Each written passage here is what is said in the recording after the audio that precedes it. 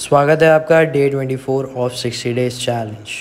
Day 24 start करते हैं reading के साथ। उसके बाद मार्केट आज ओपन है तो 9:15 बजे मार्केट एनालिसिस देखेंगे कि क्या होता है। फिलहाल रीड करते हैं।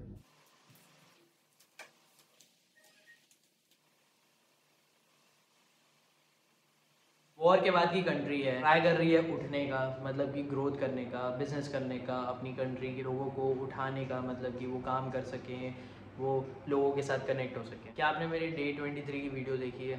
अगर नहीं देखी है तो प्लीज़ वो देखो, क्योंकि उसमें मैंने ना थिंकिंग की बात की है, ग्रोथ थिंकिंग। मैं इसलिए बोल रहा हूँ कि वो वीडियो देखो क्योंकि जो जापान का है ना वो भी एक ग्रोथ थिंकिंग पे बेस्ड है। बिकॉज जो वॉर के बाद से जो कंट्री आई है उसको अपने लोगों को उठाना है, कंट्री में चेंजेस चाहिए, कंट्री को भी कमाना है, कंट्री को भी ग्रोथ करना है, कंट्री को भी वर्ल्ड में एक पोजीशन चाहिए। एंड उसके बाद जो लोग हैं वो अपने इंटरेस्ट के अकॉर्डिंग जब काम कर रहे हैं एंड वो इंटरनेशनली बिजनेस कर रहे हैं, दूसरे कंट्री में जाके बिजनेस कर रहे हैं, एंड लोग ट्राई कर रहे हैं कि वो अपने कंट्री में बाहर से कंपनीज आएँ जो इन्वेस्ट करें या फिर अपनी कंपनी सेटअप करें, जिस तरह ट्रेड हो सके, जिस तरह बिजनेस हो सके, क्योंकि इकनॉमी में बिजनेस इज़ वेरी इंपॉर्टेंट। वही चीज़ बुक में भी आज पढ़ा मैं, बुक में भी वही बात हो रही है कि ट्रेड करना है अमेरिका और जापान, क्योंकि जापान के लिए अमेरिका बहुत ज़्यादा इंपॉर्टेंट है। अमेरिका उस टाइम पे ओपन इकनॉमी था, ओपन मार्केट था, जो भी जिसको भी ट्रेड करना है वो कर सकता था।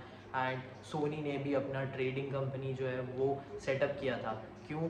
जिस तरह वो बाहर के अदर कंट्रीज़ के गुड्स जो हैं वो इंपोर्ट कर सके जापान में एंड वहाँ पे सेल कर सके। आकियो ने वही अपनी स्टोरी बताई कि कैसे वो उन्होंने सेटअप किया, उसके बाद अमेरिका में एडवर्टाइजमेंट किया, उसके बाद फिर बहुत सारी इंक्वायरीज़ आई कि जापान में सेल करना है करके।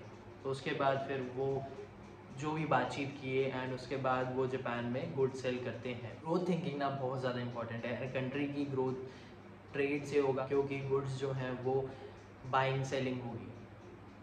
अगर ये नहीं होगा ना, अगर कंट्री में गुड्स नहीं बनेंगे, अगर कंट्री की पॉलिसी जो है वो अच्छी नहीं होगी, देन कोई बाहर की कंपनी नहीं आएगी, देन कोई अदर कंट्री जो है वो नहीं देखेगी। क्योंकि अगर टैक्सेस ज़्यादा होंगे, टैरिफ ज़्यादा होंगे, गुड कोई प्रोड्यूस अच्छा नहीं कर रहा है या फिर कंट्री अच्छी नहीं होगी, तो फिर कोई ध्यान क्यों देगा? तो जापान वही ट्राई कर रहा था कि हमें अच्छा बनना है, हमें ऐसा काम करना है, यही सब की बात है। तो हर चीज़ का ना एक ग्रोथ माइंडसेट होता है कि भाई हमें ये करना पड़ेगा, हमें ये पर्टिकुलर चीज़ करनी पड़ेगी, तब हम आगे बढ़ सकते हैं। जैसे कि हम अगर कोई सबमिट में जा रहे हैं, कहीं हम कोई अलग जगह पे विज़िट कर रहे हैं, तो हम वहाँ पे बात करेंगे क्या कर रहे हैं अपने काम में, जैसे कंट्री में क्या डेवलपमेंट हो रहा है। अगर मेरी कंपनी है तो मैं क्या प्रोडक्ट बना रहा हूँ, तो ये सब मैं बात करूँगा। जैसे पुराने वीडियो में मैंने बोला है आकियो ने क्या किया, आकियो ने लोगों से बात की कि मैं अपनी कंपनी में ऐसा काम कर रहा हूँ, हमारी कंपनी ये ट्राई कर रही है बनाने का। उसके बाद अगर फ्यूचर में हमारे कोई चांसेस हैं एग्रीमेंट के या फिर दोनों के बिज़नेस करने के, तो हम कर सकते हैं। तो यही चीज़ है, growth mindset is very important. अगर ग्रोथ माइंडसेट नहीं होगा ना, तब कुछ नहीं होगा, क्योंकि हम सिर्फ वही रेगुलर रेगुलर रेगुलर काम करते रहेंगे एंड दैट रेगुलर काम हमें कहीं और नहीं पहुंचाएगा। अगर हम वो रेगुलर काम करते हुए हम ग्रोथ माइंडसेट रखेंगे, तभी तो हम अप्रोच कर सकते हैं आगे के लिए। आई होप आपको समझ में आ रहा होगा कि growth mindset is very important. जैसे एक पर्सन ग्रोथ करता है ना, अगर उसे आगे बढ़ना है तो वो अपने इंटरेस्ट को जाएगा, वो लोगों से बात करेगा, जहाँ जहाँ पे उसको अपॉर्चुनिटी लगेगी वहाँ पे वो काम करेगा।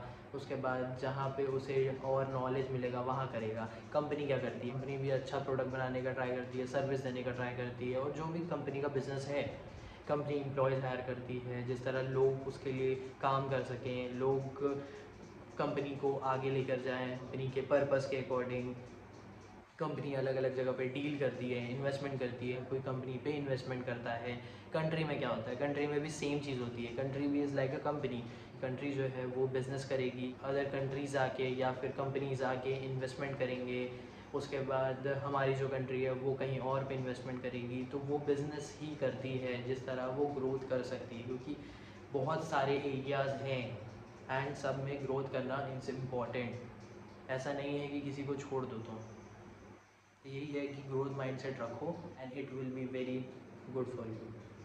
नाउ 9 बजने में अभी थोड़ा सा टाइम है, अभी मैं चार्ट थोड़े देखता हूँ, माइंड को प्रिपेयर करता हूँ, देखते हैं कि मार्केट कैसा रहता है, फिर मैं आपको बताता हूँ। अभी 10:32 हो रहा है एंड मार्केट जो है वो आज 120 या 130 पॉइंट्स गैप डाउन ओपन किया। उसके बाद ट्राई किया कि ऊपर जाने का, बट फेल हो गया एंड पूरा नीचे आ गया है। अभी देखते हैं कि आगे क्या होता है। बट ये वाली आप कैंडल देख रहे हो, ये वाली भाई, ये ना ऊपर जा रहा था एकदम तुरंत इंस्टेंट पूरा यहाँ पे फॉल, मतलब एक फ्लक्चुएट होता है ना तुरंत का, उस टाइप का था।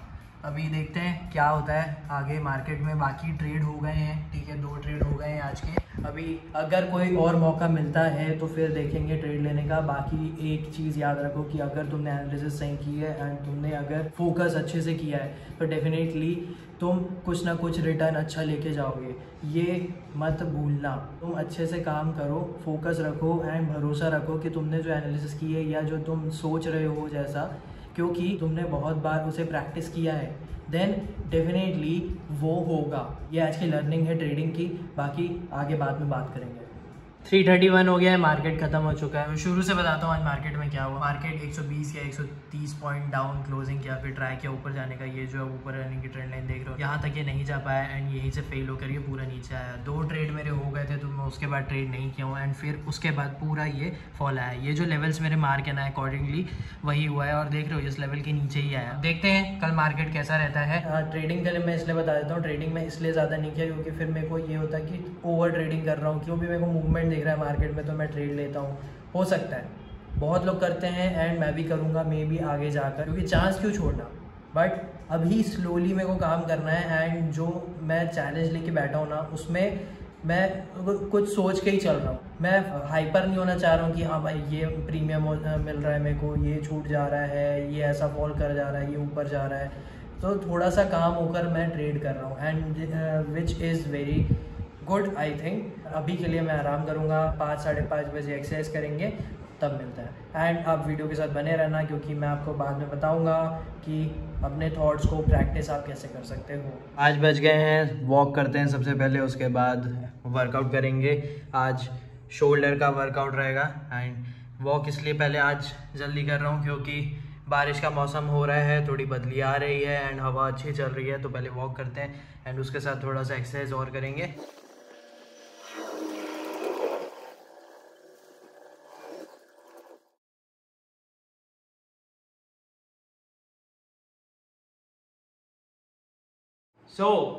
कैसे आप अपने थॉट्स को प्रैक्टिस कर सकते हो?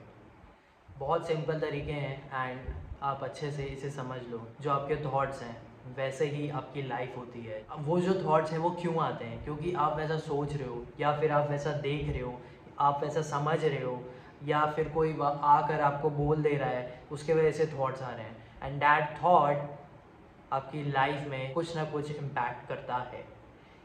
तो आप थॉट्स को प्रैक्टिस कैसे कर सकते हो? मतलब कि आपके जो विचार आते हैं उसे आप यूज़ में कैसे ला सकते हो, उसे आप कैसे समझ सकते हो कि ये अच्छा है, ये अच्छा नहीं है, या फिर आपके जो भी थॉट्स हैं उसे आप समझ कैसे सकते हो? देखो तरीके ऐसे हैं कि आप लिख कर भी कर सकते हो, अपने आप को रिकॉर्ड करके भी कर सकते हो, बात करके एंड शांत रह के भी कर सकते हो। फर्स्ट थिंग इज़ कि आप लिख कर करो। इसमें जर्नल आता है एंड कभी भी आपके कोई भी थॉट आता है तो वो आप लिख लो। जर्नल मतलब कि हर दिन का जो आपकी डायरी होती है ना वो लिखना। मतलब अच्छे से और बताऊँ तो जो भी आपके डिटेल होते हैं, जैसे कि आज मैंने ये किया, आज मैं ये करूँगा, टू डू लिस्ट बनाना, उसके बाद फिर मैं ऐसा किया, मेरे साथ ऐसा हुआ, तो ये सारी चीज़ें जर्नल में आ गई आपकी कि मेरा काम ऐसा हुआ, मैंने काम में ऐसा किया, मेरे ये थॉट आ रहे थे।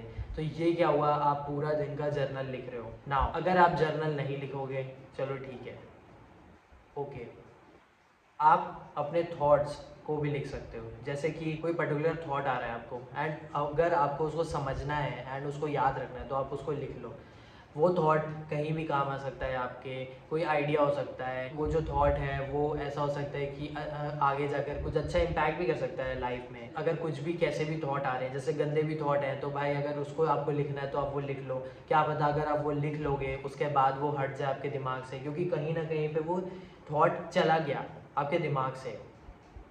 तो राइटिंग में आप ये 2 चीज़ कर सकते हो, journal and thought writing. Second, आप बातचीत कर सकते हो। अब बातचीत में आप लोगों से बातचीत कर सकते हो अपने फ्रेंड हो गए, आपकी फैमिली हो गए, या फिर किसी स्ट्रेंजर से बात कर रहे हो। बहुत लोग एक्सट्रोवर्ट होते हैं एंड वो स्ट्रेंजर से भी बात कर लेते हैं। आप वैसे बात कर सकते हो, अपने थॉट्स बता सकते हो। काफ़ी टाइम शाय भी लगता है क्योंकि थॉट्स वैसे होते हैं एंड किसी के साथ आप शेयर नहीं कर सकते हो, बट अगर आप कंफर्टेबल हो तो आप शेयर कर लो, बातचीत कर लो, क्योंकि अगर वो आप बातचीत करोगे तो क्या पता वो जो थॉट हैं वो और ज़्यादा इवॉल्व हो और समझ में आए अच्छे से। सेकेंड थिंग इज़ कि आप रिकॉर्ड कर सकते हो अपने आप को, जैसे कि मैं अभी कर रहा हूँ।